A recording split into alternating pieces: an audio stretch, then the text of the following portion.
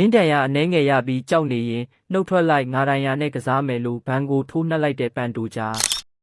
UFC လောကမှာအမြန်ဆုံးကစ်အောက်နဲ့ရှုံးနိမ့်ခဲ့ရတဲ့အိမ်မက်ဆိုးကိုအခုထိအစာမကြေနိုင်သေးတဲ့ပန်တိုဂျာကလက်ရှိချန်ပီယံဘန်ကိုထပ်မံပြီးလေဝင်တိုက်လိုက်ပြန်ပါပြီ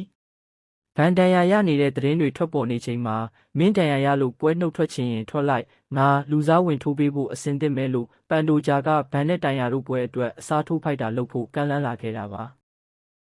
ပန်တိုဂျာအခုလိုလှုပ်ရှားလာတာဟာအဓိကအချက်၃ချက်ရှိနိုင်ပါတယ်ပထမအချက်ကချန်ပီယံဟောင်းတစ်ယောက်အနေနဲ့ချန်ပီယံခါပတ်ဟာသူ့ပစ္စည်းလို့ယူဆနေပြီးဘန်နဲ့မထိုက်တန်ဘူးလို့သတ်မှတ်ထားတာပါဒုတိယအချက်ကတော့တန်ယာကိုအကြောင်းပြပြီးပွဲရှောင်ကျင်နေတာလားဆိုတဲ့တန်တရားမျိုးလူတွေဝင်လာအောင်ဘန်ရဲ့ဂုဏ်သိက္ခာကိုစိတ်တက်ရအရာထိုးနှက်လိုက်တာဖြစ်ပါတယ်နောက်ဆုံးချက်ကတော့သူဟာထိပ်တန်းအဆင့်မှာရှိနေစေဖြစ်ကြောင်း UFC တာဝန်ရှိသူတွေကိုတတိပေးလိုက်တာပဲဖြစ်ပါတယ်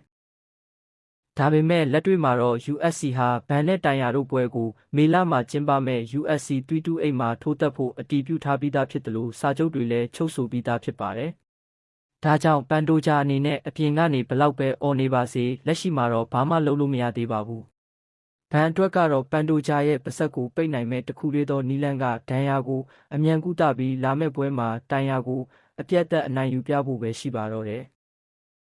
တကယ်လို့ဘန်သာနိုင်ပွဲရခဲ့မယ်ဆိုရင်တော့နောက်ထပ်ကာကွယ်ပွဲဟာပန်တိုဂျာနဲ့ဖြစ်လာဖို့တေချာတလောက်ရှိနေပြီးအခုပြောနေတဲ့စကားတွေဟာထိုပွဲအတွက်အကောင်းဆုံးပွဲစုစေမဲ့အချက်တွေဖြစ်လာမှာပါ။ဘန်ကိုချန်ပီယံတယောက်လိုမမြင်တဲ့ပန်တိုဂျာရဲ့ထိုးနှက်မှုအပေါ်ဘလို့မြင်လဲအမြင်လေးတွေပြောသွားပေးကြပါဦး